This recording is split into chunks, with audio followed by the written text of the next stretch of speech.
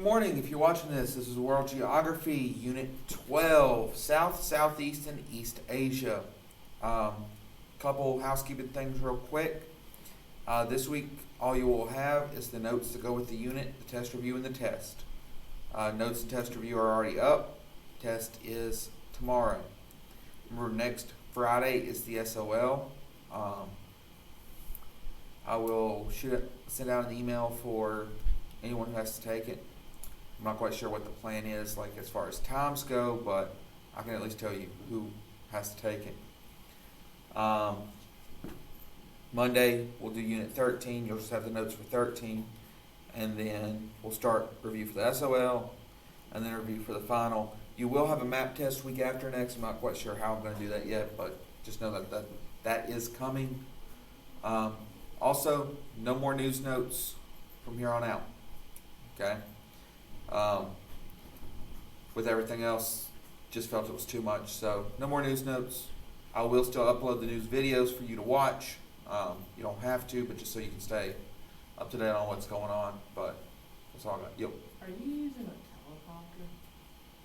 Teleprompter? No, it's right here. It's literally right in front of me. I'm just looking at the camera. This is my teleprompter. Or over there.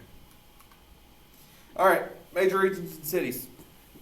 South Asia consists of countries that reach from eastern India to China. Southeast Asian island nations in the Pacific. South Asia and Southeast Asia are extensions of the Asian continent. The physical landscape of East Asia includes peninsulas and archipelagos. I hate that word. So South Asia consists of Pakistan, Nepal, Bangladesh, India, Afghanistan, Bhutan, and Sri Lanka.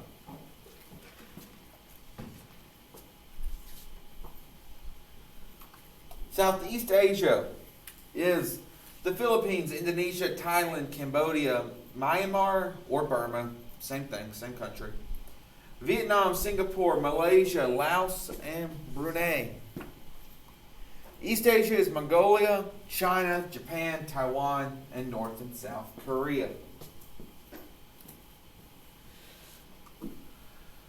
Major cities, you have New Delhi, which is the capital and largest city in India. It is the seat of all three branches of government.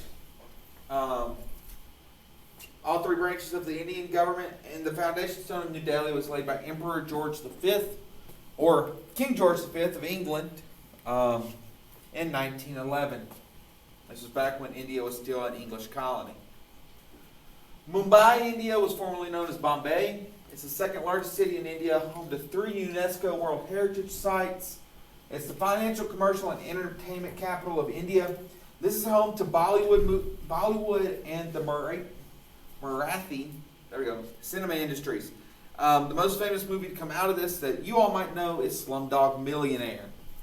About, 10, 12 years ago that came out. Won a whole bunch of Oscars. Came from Bollywood.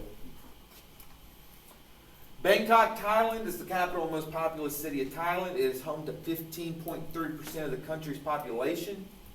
The Asian investment boom in the 80s and 90s led to many corporations locating their headquarters here. And it is one of the world's top tourist destinations and has been named the world's most visited city consistently in several international rankings. Islamabad, Pakistan is the capital of Pakistan. It was built in the 60s to replace Karachi as the capital. It's home to several landmarks, with the most noticeable being the Faisal Mosque, which is the largest mosque in South Asia.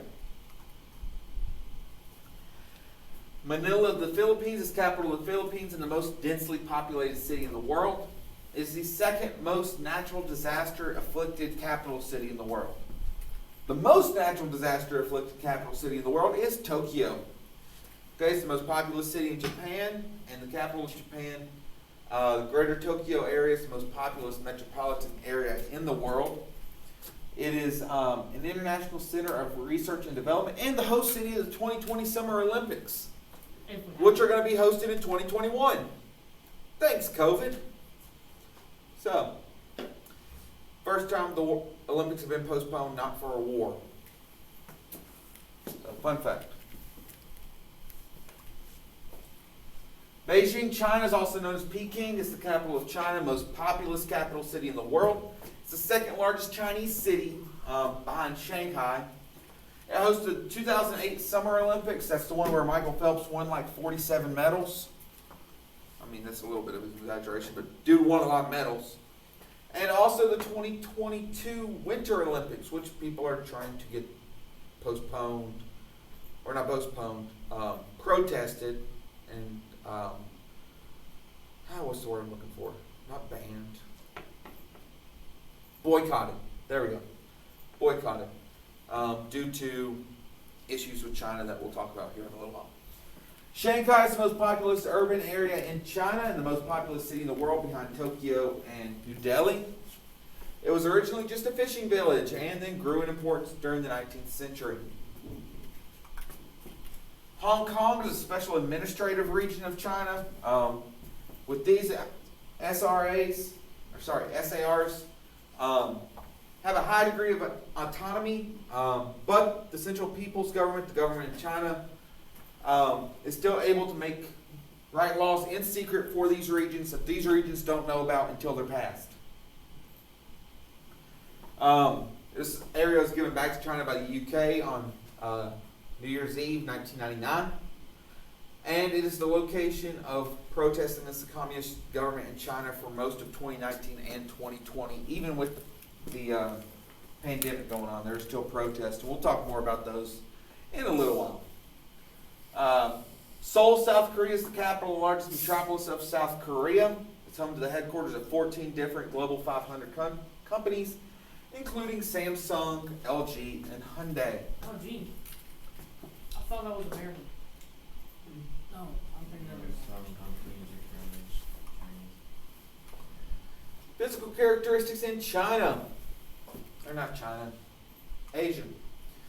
Mountains in Asia influence where people live, population, movement, and climate. The Himalayas block moisture to create a rain shadow effect. And this causes the Gobi Desert and most of Central Asia to have these steppes in desert areas. You have varied climate regions between low and middle latitude climates, going from rainforest and tropical wet climates all the way through arid and semi-arid climates. You have a ton of natural hazards, natural disasters, flooding, typhoons, volcanic eruptions, earthquakes, tsunamis. The rivers of South Asia have a ton of potential for flooding, most often the Ganges and the Brahmaputra rivers in India. Both the Yellow River and the Yangtze River in China flood quite often, causing issues. Right. Who's this one? Thank you. You too. Thank you. Okay.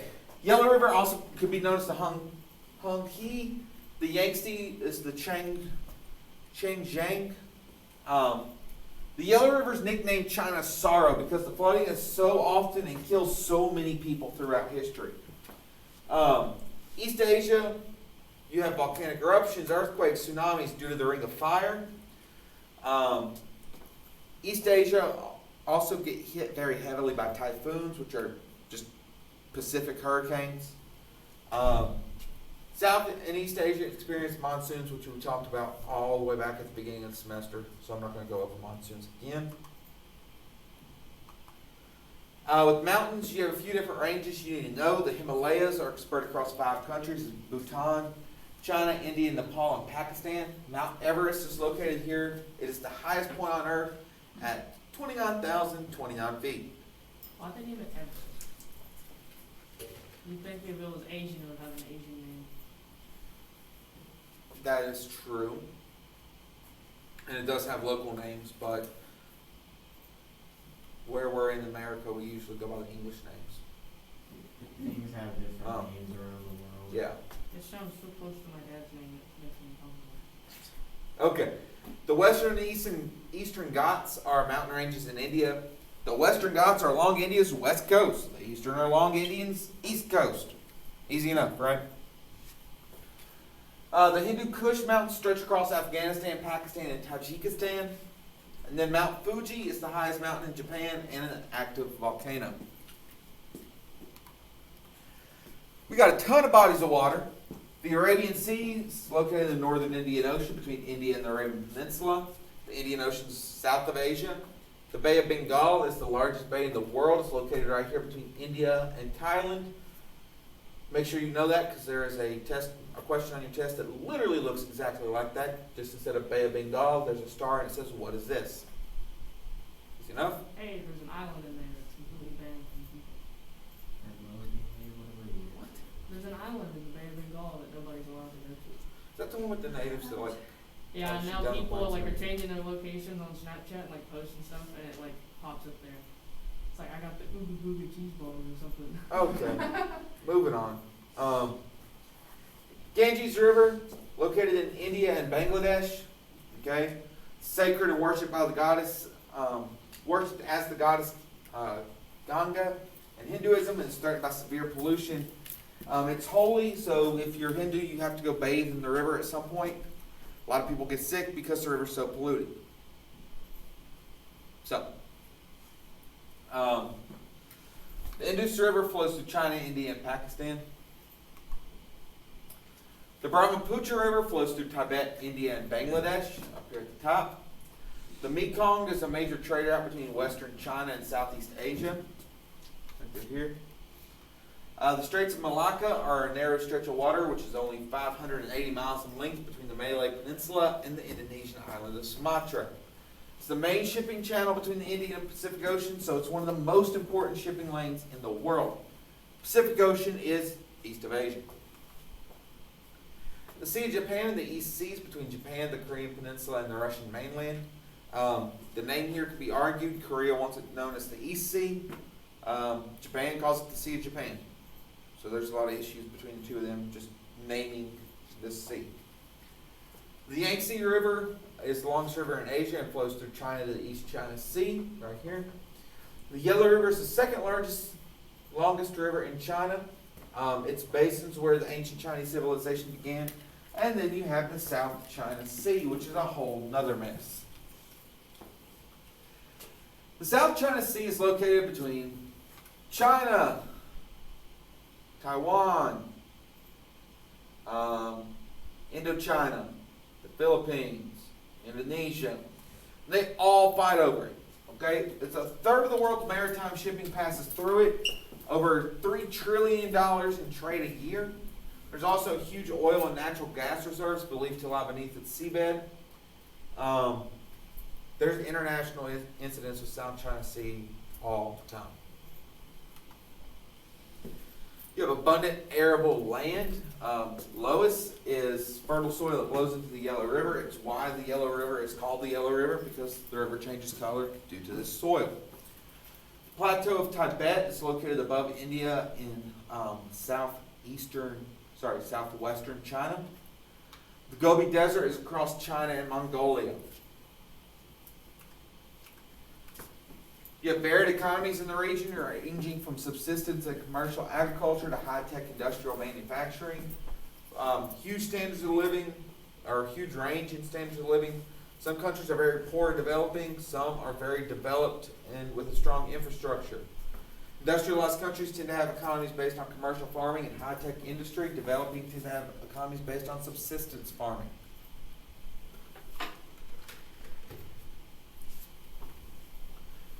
You have increase in participation in global markets with South and Southeast Asia. East Asia is a strong participant in global markets. East Asia is also a leader in automobile manufacturing, shipping, and electronics. You have newly industrialized countries such as South Korea, Taiwan, Singapore. The main economic leader in this region is Japan. Okay, it's highly industrialized, has high-tech manufacturing, and is a major player in global markets. However, they have very limited natural resources, so instead of focusing on natural resources, they focus on human resources and skilled labor. China is in transition from essentially planned economy, from a communist economy to a capitalist economy. The U.S. and China are trade partners. However, China's government is still communist, and that leads to some issues we will talk about here in a few minutes. You have environmental degradation. There we go. This is pollution. China's experiencing acid rain. The deserts in the region are growing due to desertification. Deforestation is occurring in Nepal and Malaysia. They're cutting down the forest due to human interaction with the environment. Fishing is a major economic activity in the region due to so many countries having large coastlines. ASEAN, the Association of Southeast Asian Nations, is an economic alliance created in 1976 to reduce trade restrictions between member countries. And here's your member countries. Okay? Some of the main crops are rice, tropical crops, cotton, tea. The rice fields are cut into mountains, and it's called terrace farming. It literally looks like steps going up the side of the mountain. The Green Revolution was an agricultural advancements in technology enabling greater food production. It began following World War II when Asia experimented with new varieties of seeds, technological advancements, and types of pesticides to create larger crop yields. The distinctive feature of the region is cultural diversity. Because it's such a large region, there's a lot of different cultures going on here. You got boundary conflicts. China and Taiwan have a conflict that dates back to the 1949 Chinese Revolution, where Mao Zedong's communists claimed the mainland. Chiang Kai-shek's nationalists had to flee to Taiwan. Korean War was fought between 1950 and 1953. Today, this war is still not over. It never ended. An armistice was signed, not a peace treaty. So there's still two Koreas, North and South. North Korea is communist, South Korea is democratic. The caste system is a major part of the Hindu religion. It is technically against the law in India, however, it's still unofficially practiced. And it's almost impossible for people to move up caste. It's a negative force on the economic environment in India. You have areas of extremely dense and sparse population. You have a contrast between the rural and urban areas. Many people are moving to urban areas for a better life. This is urbanization. However, a great many of these people are unable to find housing and employment, causing them to live in shanty towns, which are very poor communities on the outskirts of major cities. You have a lot of religious diversity, and I'm just going to hit the high notes. You have Hinduism, which is polytheistic. You have Buddhism, which was founded by Siddhartha Gautama, the Buddha. Hinduism is the oldest of the world's major living religions and is found in India. Buddhism is East Asia. Taoism is the ancient tradition of philosophy and religious belief that's deeply rooted in Chinese customs. It's a religion of unity and opposites. Yin and Yang come from Taoism. Shintoism is the largest indigenous religion in the world. It dates back to prehistoric times and has no formal doctrine. Ancestors are revered and worshipped here. And Shintoism, the followers often follow Buddhism as well, to the point where Shinto Buddhism is like its own little part of Buddhism, kind of like how there's Baptist and Methodist and so on and so forth. Confucianism began over 2,500 years ago in China. It's basically a philosophy famous for like teachings of Confucius, which are sayings, proverbs, things like that. You see Confucius, you see his teachings a lot as Instagram captions or like Pinterest quotes. You can find teachings of Confucius. Then you got Christianity and Islam, which I'm not going into too much detail because we've gone over them 500 times. The main religious conflict here is between Hindus and Muslims in Pakistan. India is Hinduism, Pakistan is Muslim, and they very much do not get along, largely because of the region of Kashmir. Taoism, Confucianism, Shintoism, and Buddhism all teach followers to have respect for their ancestors. Let's talk about Chinese conflicts, starting with the Hong Kong protests. So basically, these protests were triggered by the introduction of the Fugitive Offenders Amendment Bill by the Hong Kong government in mid-2019. This bill gives China the ability to arrest voices of political dissent in Hong Kong. Basically, if people were in Hong Kong talking bad about the Chinese government, this allowed the Chinese government to go into Hong Kong and arrest them. So there were protests. As the protests progressed, citizens wanted 5 demands. They wanted the bill gone. They wanted the police. They wanted investigations into police brutality. They wanted the release of all protesters who were arrested. They wanted the official characterization of the protests as riots taken away. And then they wanted Carrie Lam, the chief executive of Hong Kong, fired.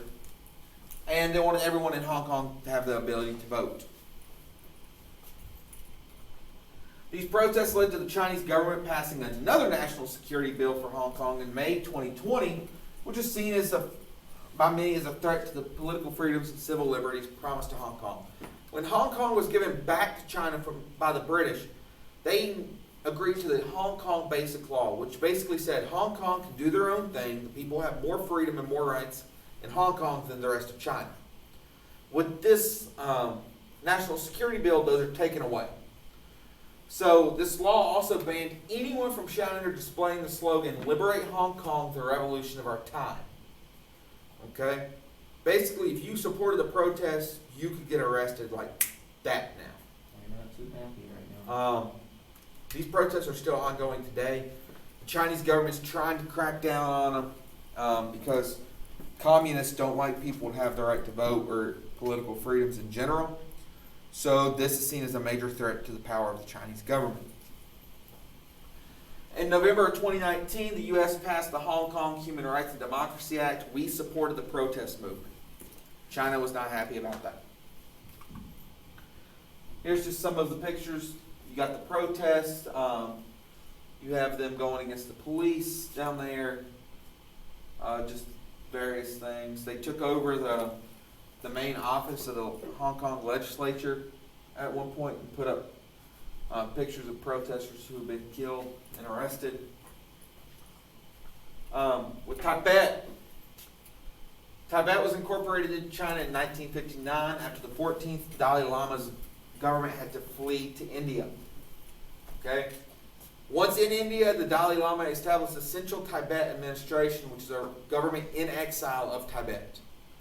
Okay, so it's the Tibet government, they're just not in Tibet. Does that make sense? It'd be like if Canada took over the United States and then the U.S. government had to go and be based out of Mexico City or something.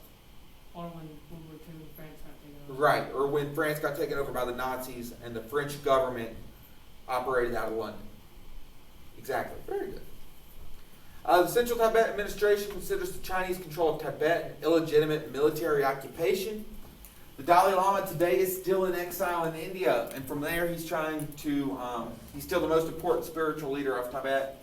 He advocates for the welfare of Tibetans and wants to continue to call for a middle way approach to negotiate with China for the autonomy of Tibet. The Central Tibetan Administration structure is governmental, but it's not going to take power in Tibet if they get freedom. They're going to pass their power over to whatever government's voted for by Tibetans in Tibet. And the reason this is such a big deal, and you have so many people like saying free Tibet and protesting the Chinese government with this one, is during the Great Leap Forward, so 1958 to 1962 in China, between 200,000 and 1 million Tibetans were killed, and 6,000 Tibetan monasteries were destroyed during the Cultural Revolution, basically destroying a vast majority of the historic Tibetan architecture to make them come under the power of the Chinese. Does that make sense? Can we see why communism is bad? Man, we Okay. need to do pulling out the big guns here. And then we have the genocide that is currently occurring, like today, with the Uyghurs. This is in Xinjiang, China. These are Muslims, and they're being forced into state-sponsored re-education camps. They're having their religious practices suppressed, and there's human rights abuses throughout these re-education camps, including forced sterilization and contraception. Former inmates claim they're required to learn and sing the national anthem of China and communist songs. If they fail, they're placed in handcuffs for hours, waterboarded, being strapped to a tiger chair for long periods of time. One woman who was detained and tortured, and you can go read her whole statement, said that she, and this is a direct quote from her, "The last word I heard them, the Chinese guards, saying is, 'You being a Uyghur is a crime.'" This is a modern day genocide that is currently occurring. The U.S. Congress has passed the Uyghur Human Rights Policy Act in reaction to these re-education camps. This requires different facilities in the U.S. government to look into this and find intelligence and try to figure out what's going on. Even the U.S. Holocaust Memorial Museums issued statements about the conditions in these camps. Currently, people are debating whether to call it a genocide or not, because the Chinese government isn't telling us what's actually going on with these people. They're not telling us how many people they've killed. At the very least, it's a cultural genocide where they're wiping out these people's culture. So their religion, their beliefs, things like that. At the worst, it is a genocide, but we're getting there. Can we see why communism is bad? I don't know what people still believe Now, that it can work. Let's talk about a different genocide. These are the Rohingyas. And I probably mispronounced that. They're Muslims in Myanmar. The Burmese government has caused or committed a genocide against these people since the beginning of October 2016. Over 1 million of them have fled to other countries, including Bangladesh. Most go to Bangladesh, but also India, Thailand, Malaysia, other parts of South and Southeast Asia. In 2019, the Burmese military planted landmines that are banned internationally along the Bangladesh border to prevent these people from escaping.